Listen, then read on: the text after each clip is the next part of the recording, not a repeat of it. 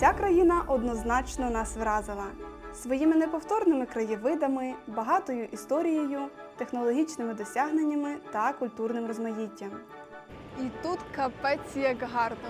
Краєвиди просто неймовірні. Чехія відома своїми замками, стародавніми соборами, затишними вуличками та доволі компактними розмірами. А що взагалі тут є чеського? Ми приїдемо Чехію з заходу на схід, щоб максимально відкрити цю країну для себе і для вас. Ну а так виглядають туристи, які за 2 дні хочуть побачити все. Оглянемо топові локації в Празі, Брно та місті Оломоуц.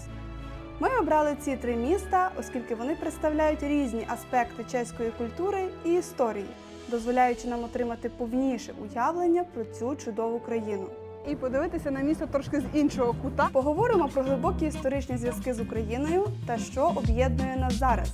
Та, звичайно ж, про смачну чеську кухню. А зараз, сидячи на цьому пагорбі, все, що мені хочеться, це не затягувати, а нарешті розпочати. Позаду мене ви бачите ранкову Прагу, а знаходимось ми в Летинських садах. І я могла б почати розповідь одразу звідси, але, на жаль, телепортнутись з Варшави у нас не вийшло, тому коротко про наш перший досвід поїздок на європейських автобусах. Завантажуємось у Варшаві та закриваємо очі. Відкриваємо Прага. Звучить як магія, якби не 8 годин між ними. Тим не менш, за 33 євро це виглядає більш ніж привабливо. А зараз давайте трошки поглянемо на Прагу згори і поговоримо про саме місто. Щорічно близько 8 мільйонів туристів з усього світу приїжджають в Прагу, щоб випити пива та прогулятися містом. Цей гігантський потік відвідувачів зумовлений багатством культурних, історичних та гастрономічних приваб. І щоб поговорити про це все детальніше, треба спуститися до самого міста, але спершу декілька слів про цей парк. Так от, парк Летна знаходиться на пагорбі, з якого, як бачите, відкривається просто неймовірний краєвид на Прагу. Кажуть, цей парк дуже люблять мешканці, але о 7 ранку простору тут більш ніж достатньо. Лиш бігуни і песиковигулювачі. Досить популярним є пивний сад Летна, де можна насолодитися смачним пивом і краєвидом на місто і річку. Але він поки що закритий, тому пиво буде потім. Все ж о 8 ранку на дворі. А поки що заглянемо на ще одну локацію, яка знаходиться в цьому ж парку, близько 10 хвилин звідси. Колись тут стояв гігантський пам'ятник Сталіну, але 60 років тому його знесли і на його місце поставили ось цю кінетичну скульптуру – метронома. Не можу сказати, що заради цього варто сюди йти, але заради цих краєвидів точно варто. Ну і за білочок також лайк. Все, а тепер спускаємось в місто. Це приблизно 2 кілометри, тобто 30 хвилин пішки, і ми на місці. А саме біля одного з найвідоміших місць Праги, а точніше на ньому, і це Карлів міст. І тут капець як гарно. Краєвиди просто неймовірні. І перед нами височіють 2 вежі, кожна з яких має свою унікальну історію та функцію. А щоб розібратися, для чого вони тут, давайте зазирнемо в карту, щоб у всьому цьому розібратися. І так, це найсправжніша карта Праги, яка тільки може бути. Центральна частина Праги розділена на 5 основних районів, які простягаються обома берегами річки Втави. На одному боці річки Втави розташовані Нове місто, Старе місто, на іншому боці Мале місто та Гребчани. А знаходимось ми ось тут, на Карловому мості. Він є головним пішохідним маршрутом, що з'єднує обидва береги Праги. А ще він ще є й дуже красивим, адже звідси відкриваються просто приголомшливі краєвиди на річку Втаву та її береги. З особливостей міст прикрашений 30 бароковими статуями та скульптурними групами, створеними в 17-18 столітті. І, звичайно ж, міст неодноразово реставровувався, щоб зберегти свою історичну та архітектурну цінність. Останні великі реставраційні роботи проводилися в 20 столітті. А зараз прямуємо досліджувати перший район, і це, звичайно ж, Старе місто. При вході до нього розміщена вежа Староміська мостова вежа, що українською звучить Староміська мостова вежа. На неї можна піднятися, що ми, звичайно ж, і зробили. Hello, the tickets, please. Вежа була зведена в 14 столітті, приблизно в той же час, що і Карлів міст, за наказом імператора Карла IV. По-перше, це вау, дуже і дуже гарно. Ось Карлів міст, на якому ми нещодавно були. Крім того, як це круто бути першим, те відчуття, коли в Google картах пишеться, що він відкривається о 10 ранку, але на офіційному сайті пишеться, що працює з 9 ранку. І таким чином у мене відчуття, що в першу годину практично нікого не буде, адже цей графік працює тільки влітку, тому ми тут одні. А ще тут можна піднятися ще вище, що ми, власне, йдемо робити. Декілька десятків сходинок і ми на місці. Так, атмосферно порипують. Отже, недаремно ми сюди одразу пішли, адже отримали перше враження від краєвидів на місто і плюс до того отримали взагалі перше уявлення про те, як місто виглядає і як воно побудоване. Ця вежа є важливим символом Праги та є однією з найвизначніших готичних споруд міста. І ходімо дивитися на другу вежу по іншу сторону від річки Лтави. Отже, ми знаходимося ось тут і рухаємось до вежі малого міста, яка в оригіналі звучить щось по типу Малостранська мостовецька веж. А спуститися звідси це ще та пригода, як бачите. Дуже круті сходинки, практично вертикальні. Переходимо річку по Карловому мосту, заходимо у приміщення вежі і купуємо вхідний квиток. Hello, the tickets, please. Yes. Yes, by card. Thank you. Трошки виглядів з цієї висоти, а зараз будемо підніматися ще більш вгору. До речі, ось показано, як відкривалися ворота в місто. Тяжко відкривалися.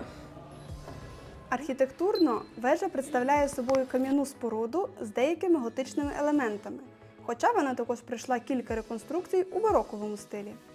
Вона слугувала захисною спорудою і одночасно входом до старого міста. Колись тут проходили коронаційні процесії, і кожен новий король Праги проходив через ці ворота на шляху до Празького граду, але то є інший район Праги, і про нього трошки згодом.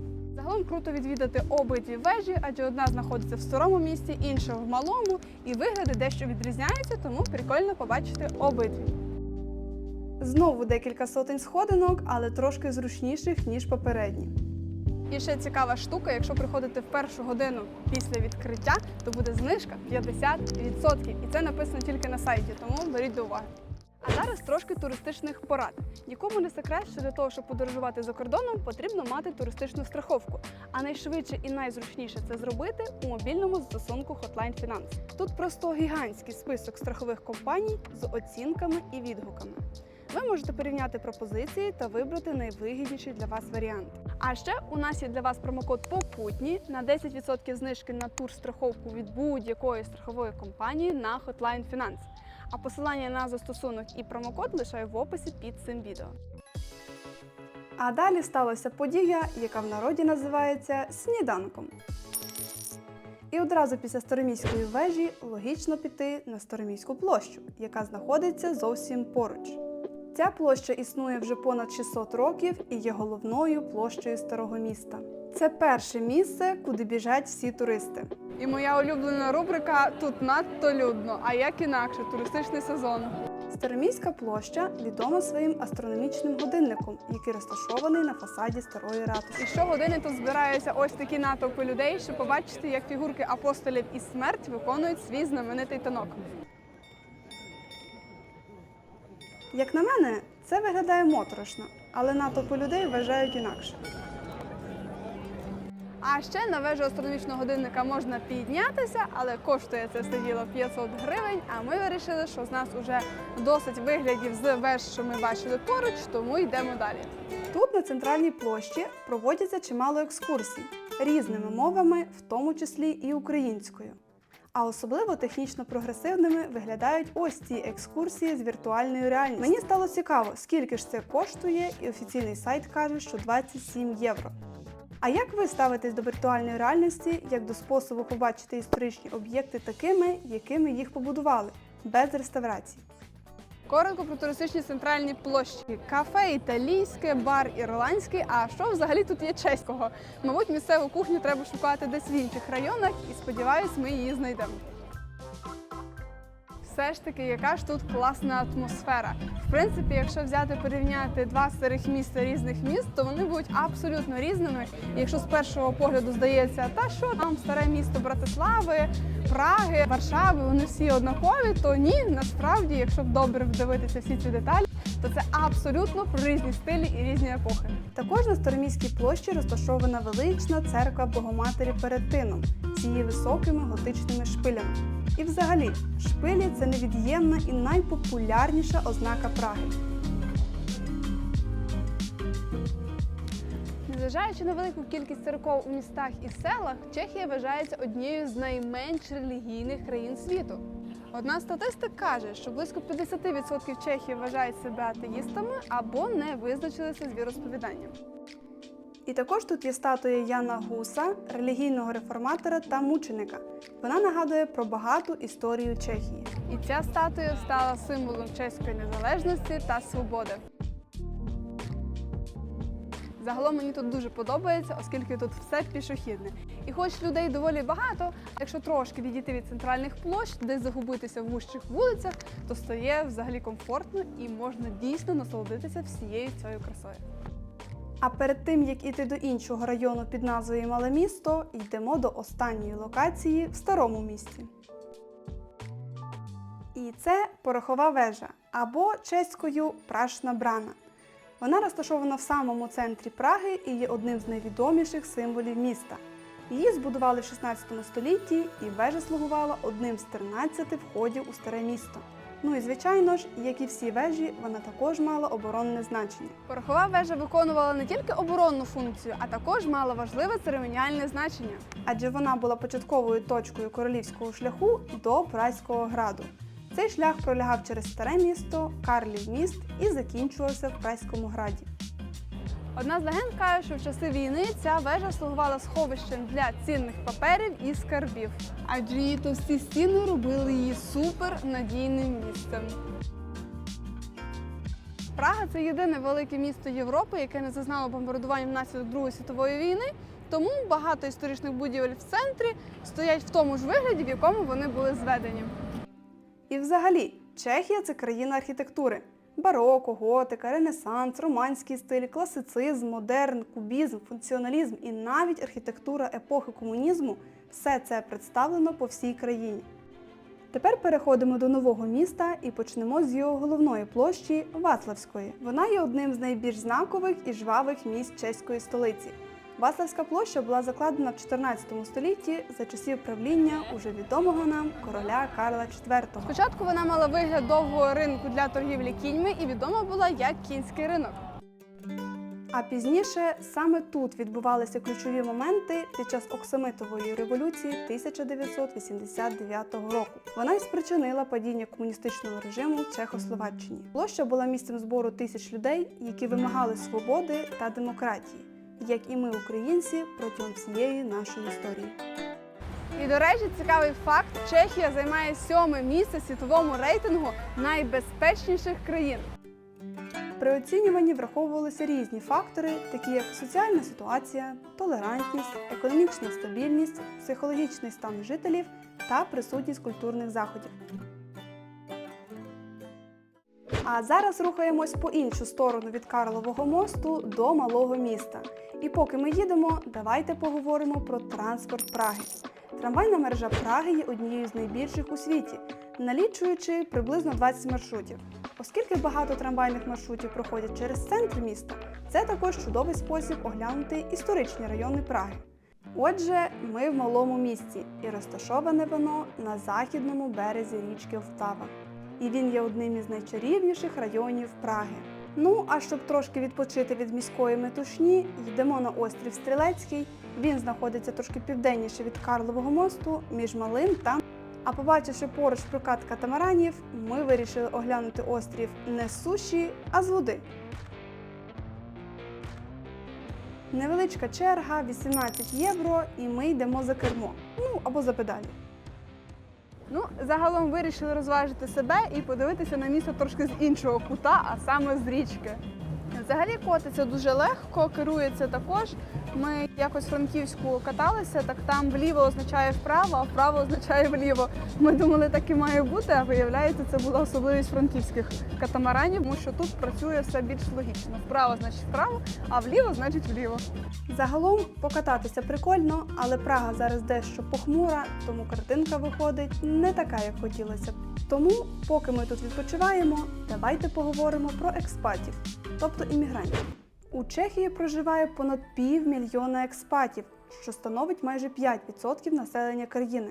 Високий рівень життя, багата культурна спадщина та стабільна економіка роблять Чехію дуже привабливою для іноземців з усього світу. А зараз по пунктах. Чехія пропонує високий рівень життя за порівняно низькою вартістю. Чудова система охорони здоров'я, якісна освіта та розвинена інфраструктура роблять життя тут суперкомфортним. Наступне – економічні можливості. Країна має стабільну економіку з низьким рівнем безробіття близько 2%. Уявіть собі, щоб не знайти тут роботу, тут треба дуже добре постаратись. Географічне розташування. Розташована в самому центрі Європи, Чехія є дуже зручним пунктом для подорожей по всій Європі. Відмінне транспортне сполучення забезпечує легкий доступ до сусідніх країн. Ну і досить про експатів, вертаємось на наш катамаран. Щось в цьому таки є. Паркуємось та йдемо до останньої локації в малому місті – Чертовка, що в перекладі на українську звучить «бісовий струмок». Але спершу декілька слів про стіну Джона Леннона. Хто ж це такий? Джон Леннон був одним із засновників і основним учасником легендарної рок-групи The Beatles, яка мала гігантський вплив на розвиток сучасної музики. Крім того, Леннон був активним борцем за мир і права людини і організовував численні акції протесту. А зараз про стіну. Вона виникла як акт художнього бунту проти комуністичного режиму, коли західна музика була заборонена.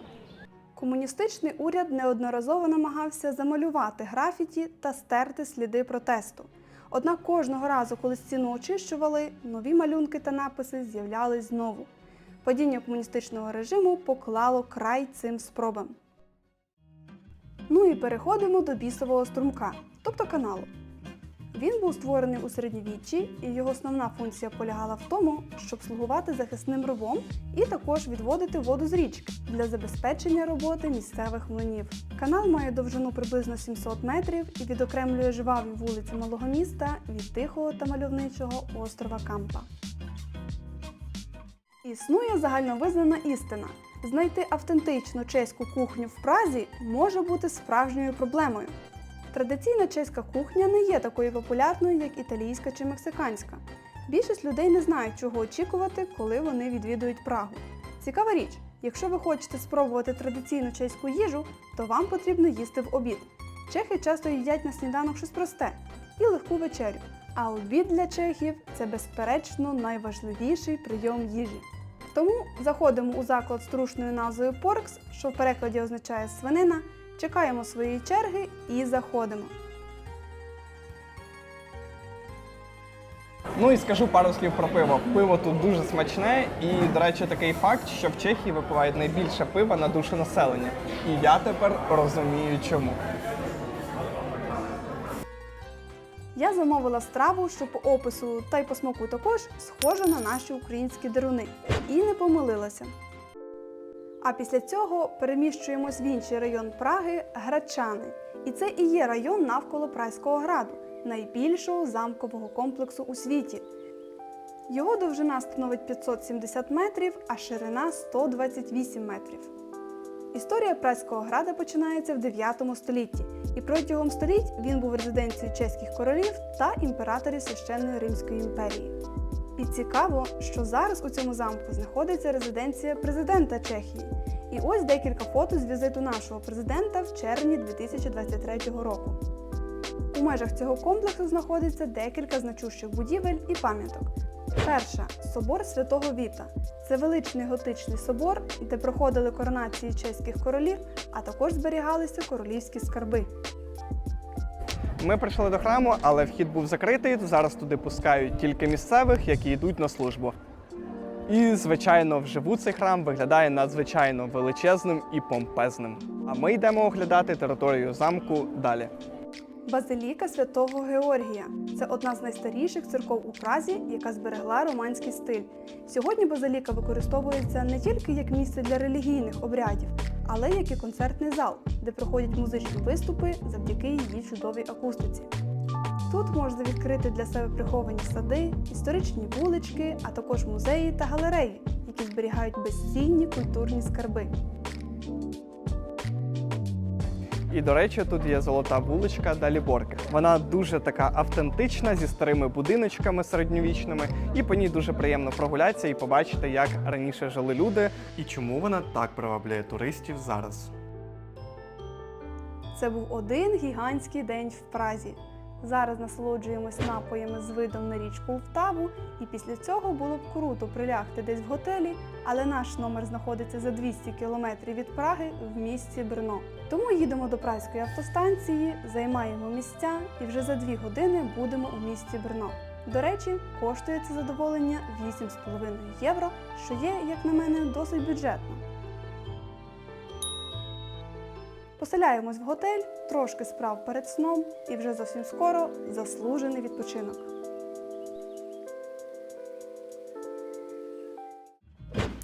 Прокинувшись, швидко оцінюємо погоду за вікном і робимо ранкові справи. Близько 8 ранку залишаємо наші скромні апартаменти, щоправда, з нескромною ціною в 75 євро за ніч. А тепер давайте пару слів про місто. Брно – одне з тих недооцінених місць для короткої подорожі, яке туристи часто оминають. І забігаючи наперед, а точніше кажу я це після того, як ми оглянули місто, воно нас не розчарувало. Хоч і Брно є другим за величиною містом Чехії, як тільки ми прибули, натовпи ніби розчинилися. Їх тут не те, щоб зовсім нема, але все ж у десятки разів менше. Місто має чудові високі ратуші. І щоб добратися наверх, треба подолати не один поверх. Та, звичайно ж, з купою легенд. Цей дракон був символом міської міфології, а з часом став частиною культурної спадщини міста Брно. Крім того, завдяки великій студентській спільноті, Брно має живу молодіжну енергію з барами та кав'ярнями.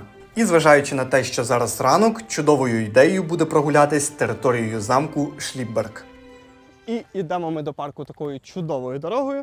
Нам ще 20 хвилин. Ну і мені тут дуже подобається, тому що тут тінь, але не подобається, мабуть, підвищення.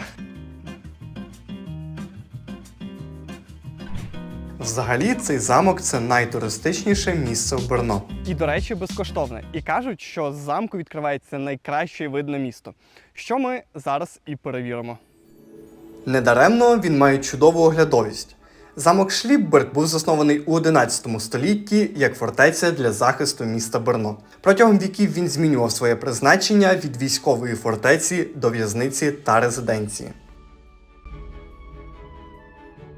Прикольно виглядає. Ну і правду пишуть на різних сайтах, вигляди тут дуже гарні. Мені дуже подобається.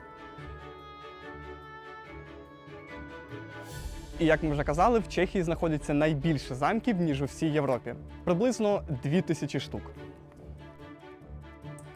Цей замок прославився своєю в'язницею, де утримувалися політичні в'язні та особи, пов'язані з різними історичними подіями. В'язниця існувала у замку до середини ХХ століття. А зараз тут знаходиться музей, де можна дізнатися більше про історію міста. Крім того, в музеї є унікальні експонати, що ілюструють життя та побут мешканців минулих століть. А ми ж вирішили насолодитися замком з внутрішньої його території. Ну, і перше враження, що тут дуже атмосферно. Я думаю, тут дуже класно зробити якісь пару фото. І ще одна величезна перевага цього замку відносно празького – це кількість туристів. Як бачите, їх тут не те, щоб зовсім нема, але все ж у десятки разів менше, що робить прогулянку комфортнішою і приємнішою. Ну і спробую записати певний фідбек стосовно цього місця. Тут дуже гарна територія, класні краєвиди як на ліву сторону, так і на праву сторону міста Брно. А ми далі рухаємося в центр, тому що там історичні факти стають більш цікавими та соковитішими. Після відвідування замку ми прийшли до головної площі міста Брно, що розташована в самому центрі. Площа має приблизно трикутну форму, і як і всі центральні площі, вона є місцем постійних подій. Тут відбуваються ярмарки, фестивалі та різноманітні заходи. Крім того, площа є популярним місцем зустрічей для жителів Брно та туристів. Архітектура площі вражає своїми історичними будівлями, які зберегли автентичний вигляд. На площі можна знайти безліч кафе, ресторанів та магазинів, що робить її ще більш привабливою для відвідувачів. І для нашого сніданку неподалік від центральної площі ми вирішили підкріпитися. На сніданок ми обрали найавтентичніше місце в Брно – це Екготрак. Він починався як вантажівка з їжею, яка доставляла їжу в дорозі. А тепер вони облаштувалися у власному ресторані. Орієнтовані вони здебільшого на сніданки і каву. Атмосфера затишна, а персонал привітний, що робить його ідеальним місцем для початку дня і сніданку. Слово «ек» в назві закладу не даремно, адже тут більшість страв із яйця, як от, наприклад, бургер з яйцем, або ось валіна така брускетта з яйцем і великою кількістю бекону. Що привернуло нашу увагу, так це те, що список кави тут довший, ніж список сніданків, що, як на мене, може справді підкреслювати їхню увагу до свіжості. Взагалі, у них лише 6 страв з можливістю попросити деякі страви поза меню. До речі, потрапити сюди важко через велику кількість туристів, і щоб не чекати, радимо приходити сюди зранку. І, до речі, Брно є єдине місто, де полудень настає на годину раніше. А тепер дозвольте мені пояснити. Під час 30-літньої війни місто Брно опинилося під шведською облогою. В цей складний час відбулося одне з найвідоміших епізодів в історії міста, пов'язане з хитрістю місцевих мешканців. Шведський генерал, що командував облогою, уклав угоду з громадянами Брно. Він обіцяв, що якщо шведи не здобудуть місто до обіду, то вони здадуться і відступлять. Ця угода була призначена для захисту міста від руйнівної облоги. Тільки вдумайтесь, тривала війна, але шведи не хотіли завдати місту руйнівної шкоди. І якщо за декілька годин вони не отримують перевагу, то відступлять, щоб не руйнувати місто. Отже, хитрі місцеві жителі перевели стрілки годинника на годину назад і врятували місто. Та на ознаменування цієї перемоги біля площі Свободи встановили куранти у формі кулі. І якщо придивитися, тут є 4 отвори, через які щодня об 11 ранку випускається кулька через один із 4 отворів. І якщо захочете зловити кульку, то ви повинні прибути сюди дуже рано, бо бажаючих, звісно ж, дуже багато. Ну і в продовження прогулянкою старого міста Можна додати, що історичний центр міста пов'язаний з легендою про дракона, який типу жив у підземних тунелях цього міста. Цей дракон був символом міської міфології, а з часом став частиною культурної спадщини міста Брно. Так от, згідно з місцевою легендою, ця істота ходила навколо, вбиваючи жителів Брно та їхню худобу. Ніхто не знав, як покінчити з цим жахом, поки на допомогу не прийшов м'ясник здалеку. Він наповнив тушу тварини великою кількістю їдкого вапна і обманом змусив з'їсти її. Після цього звір відчував сильну спрагу, він випив води на всю вагу і вапно в його шлунку розширилося, від чого він і лопнув. І, до речі, цьому є підтвердження. Якщо відвідати стару ратушу, то можна побачити опудало крокодила, яке просто звисає з стелі. Це опудало знаходиться біля старої ратуші. Вона побудована у 14 столітті і є однією з найстаріших ратуш у Чехії. Вона служила як міський урядовий центр і символ міської влади протягом віків. Тут вже дуже гарно, мені дуже подобається, але цікаво, як це все виглядає згори, тому піднімаємося нагору. Тут з висоти відкривається чудовий вид на місто, де можна побачити численні історичні пам'ятки та архітектурні шедеври Брно. Ну і щоб добратися наверх, треба подолати не один поверх. З вершини старої ратуші відкривається захоплюючий панорамний вид на місто, де можна побачити поєднання середньовічної архітектури та сучасних будівель. Краєвиди звідси демонструють велич міста і його багату історію.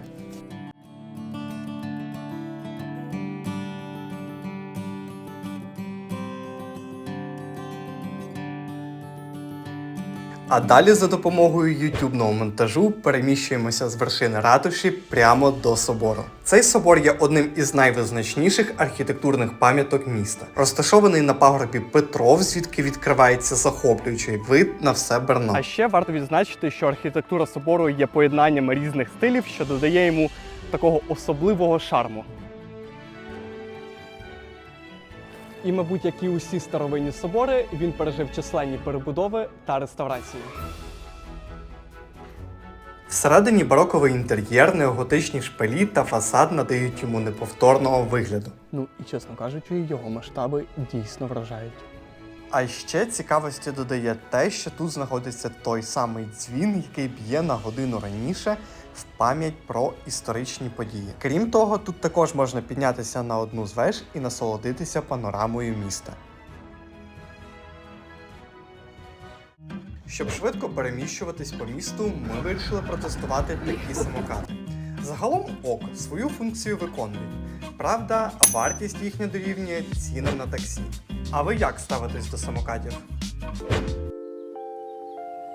Вілла Тугентхат унікальна тим, що вона не така, як інші старовинні вілли. Як мінімум, вона внесена до списку світової спадщини ЮНЕСКО, що свідчить про її унікальність. Вона була збудована на початку ХХ століття і має досить сучасний дизайн навіть зараз.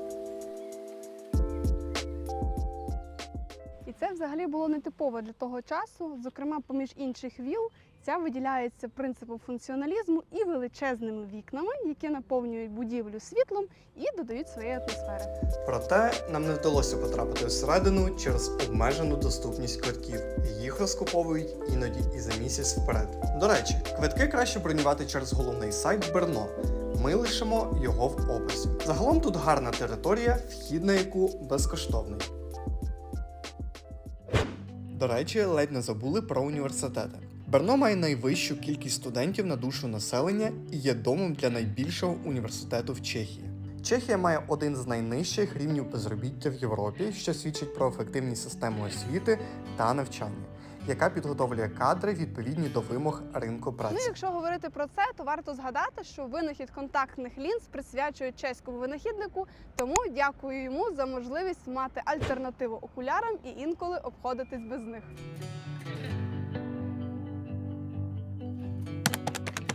Поряд з центром знаходиться одна з найцікавіших таємних локацій Брно. Це бункер, і він був побудований під час Другої світової війни як бомбосховище. Розташований глибоко під землею, він був настільки секретним, що довгий час його створення залишалося таємницею навіть для багатьох місцевих жителів. І так як ще тоді розраховували, що тут можуть проживати люди на випадок ядерної війни, то зараз тут зробили готель. Тут досить такі вузькі коридори, всюди якісь дроти. Цей бункер має досить специфічний інтер'єр. Вузькі коридори, бетонні стіни, старовинні телефонні апарати, вентиляційні системи та навіть оригінальні меблі та обладнання. За рахунок своєї музики і таких от телевізорів вони дуже сильно передають атмосферу цього бункеру. І я дуже радий, що цей бункер реально не знадобився і просто існує як музей. Загалом отримав цікавий досвід, а зараз треба рухатися на автостанцію.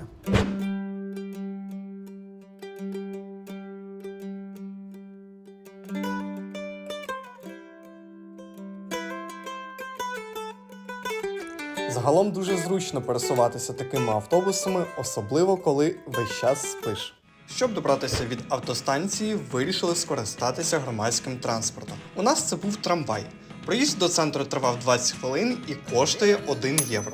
Сподобалось те, що за проїзд можна платити за допомогою місцевого мобільного застосунку, що виявилося дуже зручно. Оломоут – це історичне місто. Колись воно було столицею Моравії і важливим культурним та релігійним центром. Сьогодні в Оломоуті проживає близько 100 тисяч мешканців. Місто відоме своїми численними бароковими пам'ятками, включаючи колону Святої Трійці. Отже, нам дуже пощастило, але головна колона міста на реставрації. На щастя ж, в Оломоуті розміщена ще одна колона і називається вона Чумна.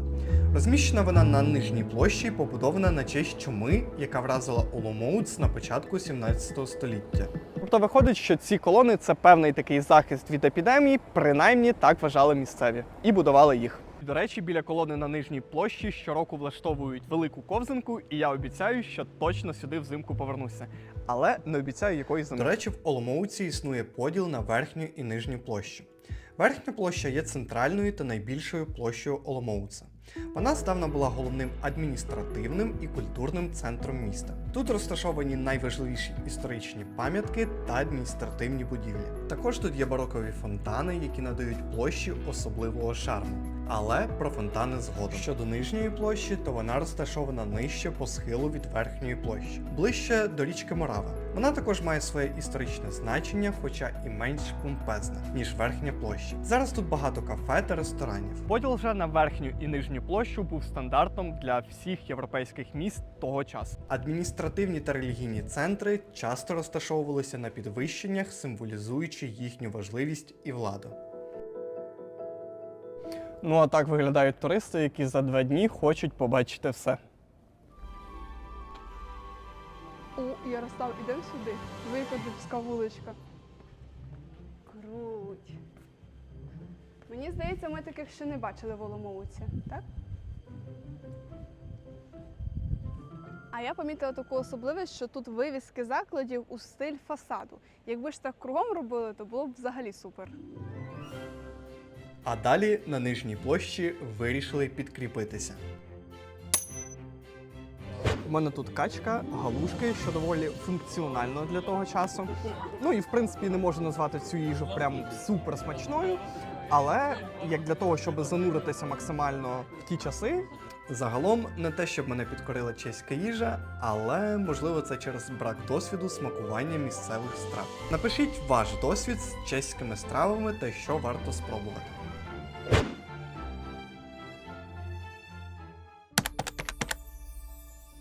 Кажуть, що Чехія – це країна шпилів. І, чесно кажучи, побувавши вже в 3-му місті цієї країни, можу лише підтвердити цей факт.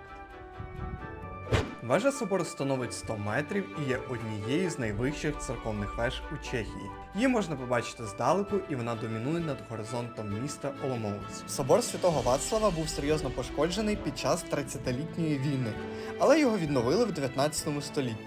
Він символізує духовне та культурне відродження регіону. Саме тут було убито Вацлава III, останнього представника династії Przemysłовичів. Це поклало початок битв за чеську корону, яку, врешті-решт, завершив Іоанн Люксембурзький, який піднявся на трон у 1310 році. І якщо в Празі о 8 годині місто тільки прокидається, то в Оломouці навпаки засинає. А ми йдемо на автостанцію, тому що в нас нічний рейс. Що ж, якщо ви додивилися до цього моменту, то певно було цікаво, і нам вдалося передати атмосферу цієї дивовижної країни. Безмежно хотіли б подякувати вам за те, що переглянули цей відеовипуск. Ставите лайки, пишете свої враження в коментарях. Це все дуже допомагає просуванню відео і каналу в цілому. А якщо підпишетесь, то на вас чекає ще не одна відеоподорож, де ми разом відкриваємо країну за країною.